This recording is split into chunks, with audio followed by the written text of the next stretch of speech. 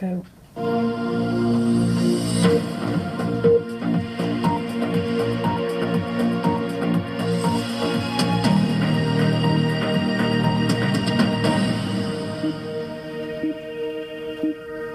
Hello, this is BBC School Report. We're going to talk to you about the Orkney Climbing Club.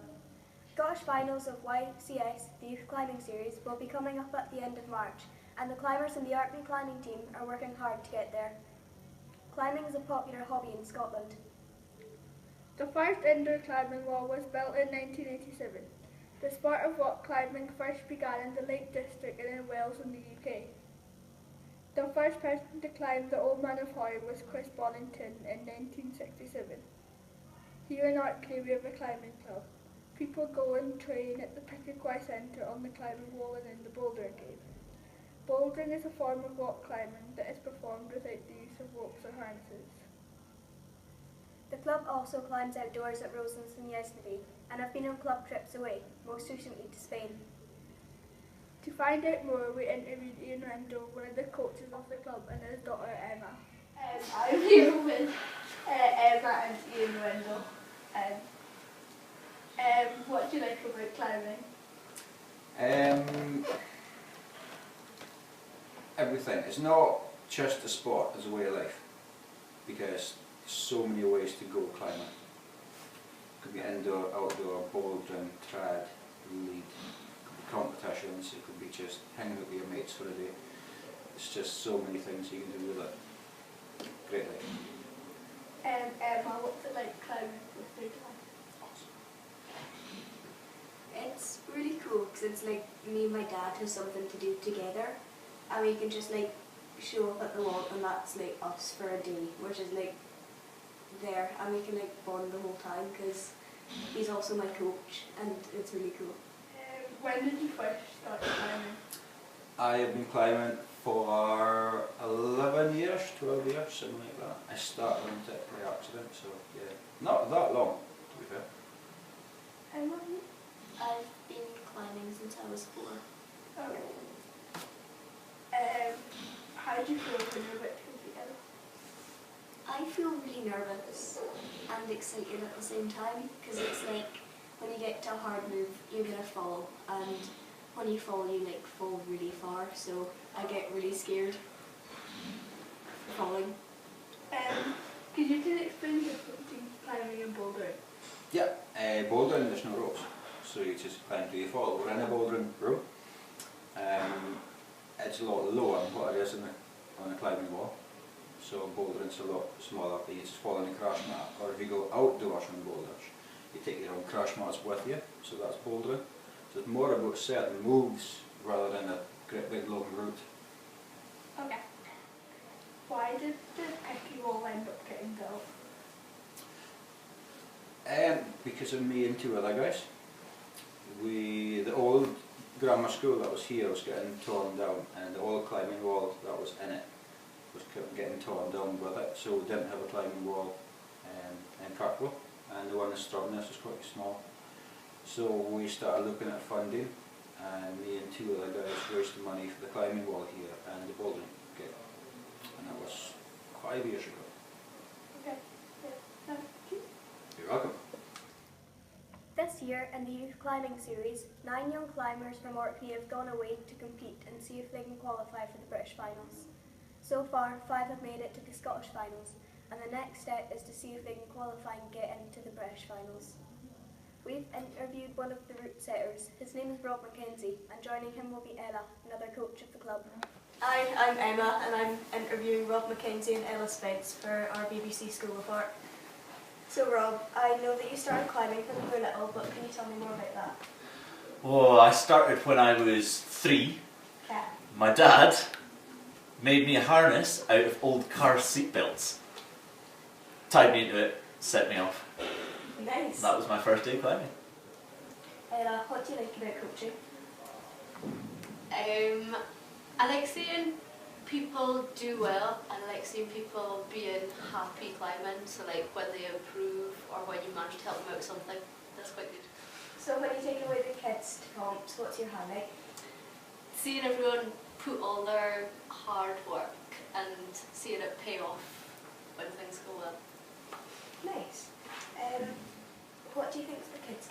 YCS Illa?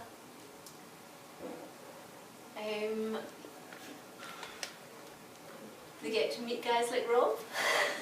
They meet other climbers their age from all over the country, and they get a little bit of competition on the go, but they also like make really good friends at the same time, and just having experiences on different walls. Go when you're setting. What's my main goal when I'm route setting? Yeah. For that moment where someone comes up and goes, nice. And not the moment where they go, eh. What do you think the kids get out of YCS Illa? Why would you recommend climbing for other young kids?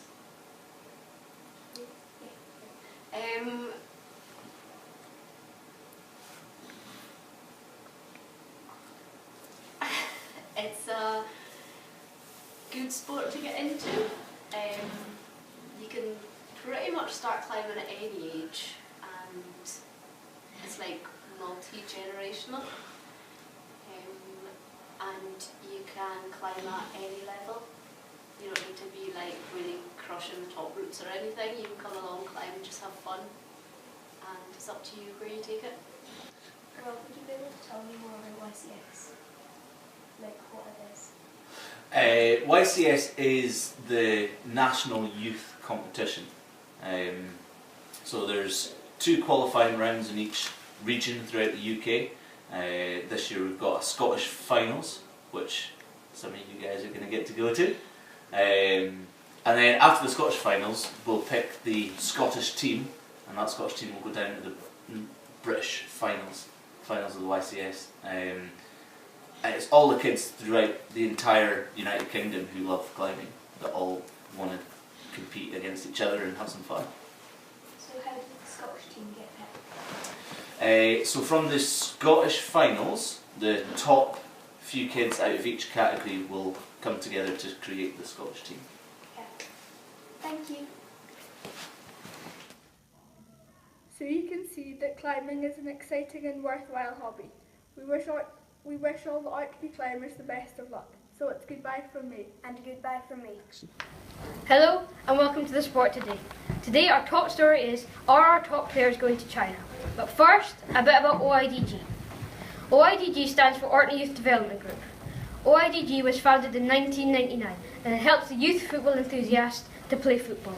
They organise tournaments and some teams, like under 11s to under 15s Orkney teams. And in the under 15s it's Finn, and I'm going to talk to him. Alright. I'm going to ask you a few questions. When did you start playing football? When I was around 2 to 3, I just started kicking the ball. Really, that was about it. Do you enjoy playing for Orkney, and if so, what do you enjoy about it? Yeah, I do. I enjoy the competitive aspect of it. I enjoy going away, playing other teams, different teams. It's good fun. Enjoy it. How much does football take up of your life? Like most kids, really, it takes up a big part of my life. Mostly because I enjoy it. I play it a lot. Yeah. What teams do you play when you're playing for Orkney? I play teams like Inverness, Cally Thistle, and Ross County occasionally. Okay, thanks Finn. Now I'm going to pass you on to Tom for some international news. Thank you, Malcolm. Now, time for some information on the Chinese Super League. So, it started off 2004 and it was originally had 12 teams in it. These teams were virtually unheard of until today. Lots of clubs from the Chinese Super League have been paying our top players to transfer, such as Oscar and Hulk. The reason for this is to try to get attention to the league, but there is a foreign player policy where only 5 foreign players can be on a team.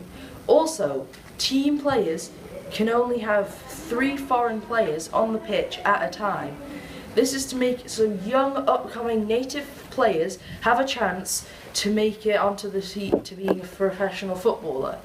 Some of the top offers for transfers are 51 million for Oscar, Hulk 47 million, and 43 million for Alex Tierra, and 42.50 million for Alex Tierra, sorry.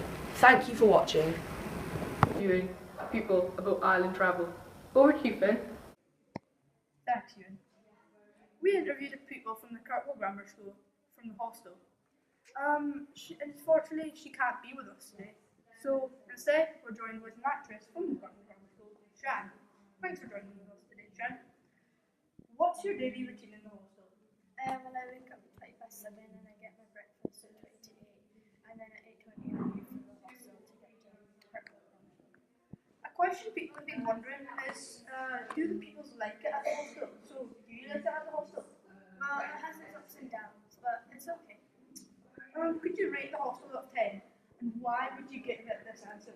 I'd probably give it a 6 because the staff are quite strict, and I can only have like residents that live in the hostel and their rooms and family members too. And what are the times you have to get up and travel to Kirkwall?